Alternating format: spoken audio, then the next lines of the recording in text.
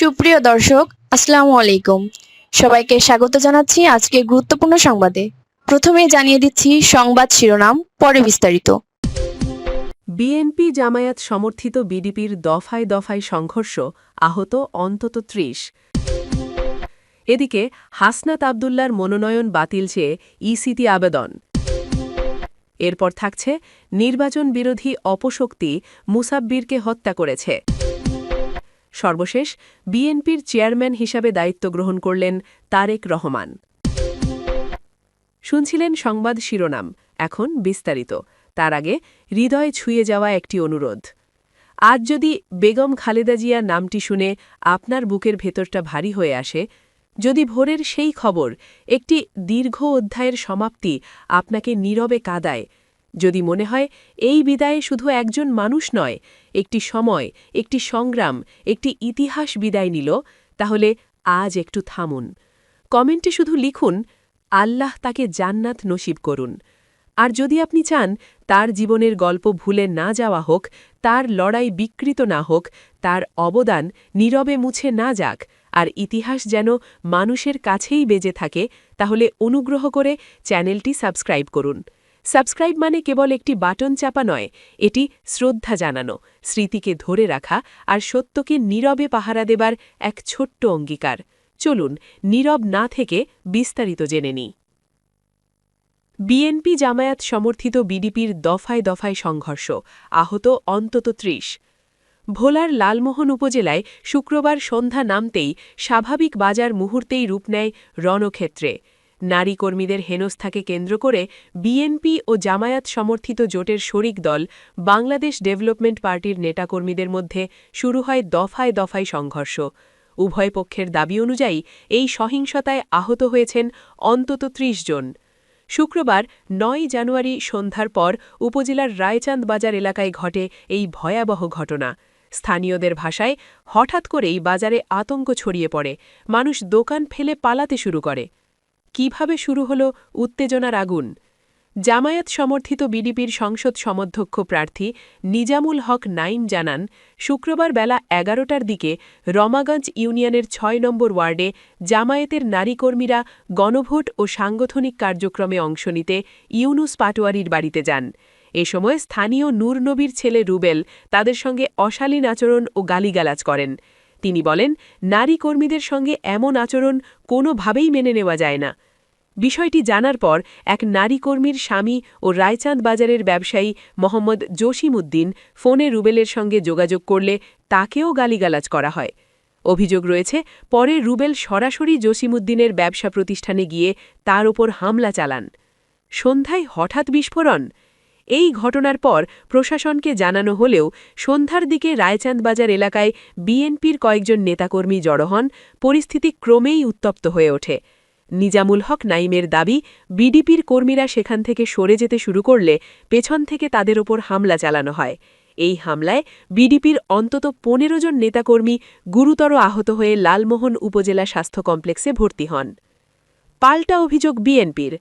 অন্যদিকে লালমোহন উপজেলা বিএনপির সাধারণ সম্পাদক শফিকুল ইসলাম বাবুল সম্পূর্ণ ভিন্ন অভিযোগ তুলে ধরেন।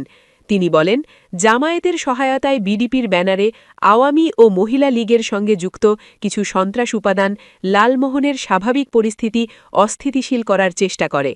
তার দাবি অনুযায়ী সন্ধ্যার পর আওয়ামী ও জামায়াতের ক্যাডাররা অতর্কিতভাবে বিএনপির যুবদল ও অঙ্গ সংগঠনের নেতাকর্মীদের ওপর হামলা চালায়। এতে ১২ থেকে ১৫ জন আহত হন এবং গুরুতর ৫ জনকে ভোলা ও ঢাকায় পাঠানো হয়েছে। তিনি এই ঘটনার জন্য আওয়ামী লীগ, যুবলীগ ও জামায়াত সংশ্লিষ্টদের দায়ী করে তীব্র নিন্দা ও দৃষ্টান্তমূলক শাস্তির দাবি করেন। পুলিশের বক্তব্য কি? লালমোহন থানার অফিসার ইনচার্জ মোহাম্মদ অলিউল ইসলাম জানান, জুমার নামাজের আগে জামায়াতের নারী কর্মীদের দাওয়াতি কার্যক্রম ঘিরে প্রথম দফা উত্তেজনা সৃষ্টি হয়। পুলিশ দ্রুত হস্তক্ষেপ করে পরিস্থিতি নিয়ন্ত্রণে আনে। তবে সন্ধ্যার পর পরিস্থিতি আবার উত্তপ্ত হয়ে ওঠে। তিনি বলেন, রায়চাঁদ বাজার এলাকায় জামায়াত নেতাকর্মীদের মোটরসাইকেল মহড়া ও পরে বিএনপি নেতাকর্মীদের জমায়েতের কারণে নতুন করে উত্তেজনা ছড়িয়ে পড়ে। রাস্তার কাজে ব্যবহৃত ইট দিয়ে উভয় পক্ষের মধ্যে ধাওয়া পাল্টা ধাওয়ার ঘটনা ঘটে।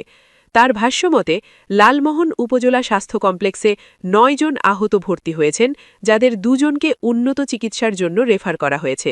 পরিস্থিতি শান্ত রাখতে রাত ১১টা পর্যন্ত পুলিশ ঘটনাস্থলে মোতায়েন ছিল। প্রশ্ন উঠছে জনমনে, নারী কর্মীদের সঙ্গে অশালীন আচরণের ঘটনায় কেন সময়মতো কঠোর ব্যবস্থা নেওয়া হল না? রাজনৈতিক শক্তি প্রদর্শনের নামে কি আবারও রক্তাক্ত হচ্ছে মাঠ?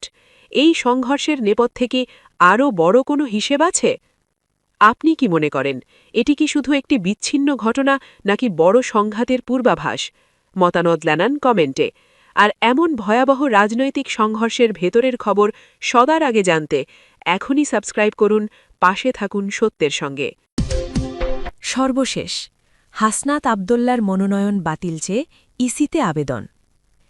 আসন্ন ত্রয়োদশ জাতীয় সংসদ নির্বাচনে কুমিল্লা ৪ বা দেবিদ্বার আসনে জাতীয় নাগরিক পার্টির এনসিপি-এর দক্ষিণাঞ্চলের মুখ্য সংগঠক হাসনাত আবদুল্লার মনোনয়ন বাতিল চেয়ে আবেদন করেছেন বিএনপি প্রার্থী মঞ্জুরুল আহসান মুন্সী। শুক্রবার ৯ জানুয়ারি নির্বাচন কমিশনে ইসিতে আবেদন করেন বিএনপি প্রার্থী মঞ্জুরুল আহসান মুন্সী। আবেদনে বলা হয়েছে, হাসনাতের হলফনামা পরস্পর বিরোধী, সম্পদ বিবরণীতে গড়মিল, স্ত্রীর আয়কর রিটার্ন না দেয়া, নির্বাচনী ব্যয়ের উৎসের টাকা স্পষ্ট প্রমাণ না দেয়া, কালো টাকা হিসাবে স্পষ্ট ও প্রতীয়মান, যা নির্বাচনী বিধিতে ক্রিমিনালি অপরাধ। বৃহস্পতিবার ঋণ খেলাপির তালিকা থেকে বিএনপি প্রার্থী মঞ্জুরুল আহসান মুন্সীর নাম বাদ দিয়ে হাইকোর্টের আদেশ স্থগিত করেন চেম্বার আদালত। চেম্বার বিচারপতি মোহাম্মদ রেজাউল হকের আদালত এ আদেশ দেন। ফলে আসন্ন ত্রয়োদশ জাতীয় সংসদ নির্বাচনে তিনি অংশ নিতে পারবেন না বলে জানিয়েছেন আইনজীবীরা। এর আগে ঋণ খেলাপির তালিকায় কুমিল্লা ৪ আসনের বিএনপি প্রার্থী মঞ্জুরুল আহসান মুন্সীর নাম স্থগিত করেন হাইকোর্ট। বিচারপতি এ.কে.এম. রবিউল হাসানের হাইকোর্ট বেঞ্চ এ আদেশ দেন। পরে এই আদেশ স্থগিত চেয়ে চেম্বার আদালতে আবেদন করে প্রিমিয়ার ব্যাংক কর্তৃপক্ষ। ত্রয়োদশ জাতীয় সংসদ নির্বাচনে মনোনয়নপত্র গ্রহণ ও বাতিলের বিরুদ্ধে আপিলের শেষ দিন আজ। আপিলগুলোর শুনানি ১০ জানুয়ারি থেকে শুরু হয়ে চলবে ১৮ জানুয়ারি পর্যন্ত। এ বিষয়ে জানতে জাতীয় নাগরিক পার্টির এনসিপি প্রার্থী হাসনাত আবদুল্লাহ ও বিএনপি প্রার্থী মঞ্জুরুল আহসান সাথে যোগাযোগ করতে ফোন দিলেও তাদের পাওয়া যায়নি।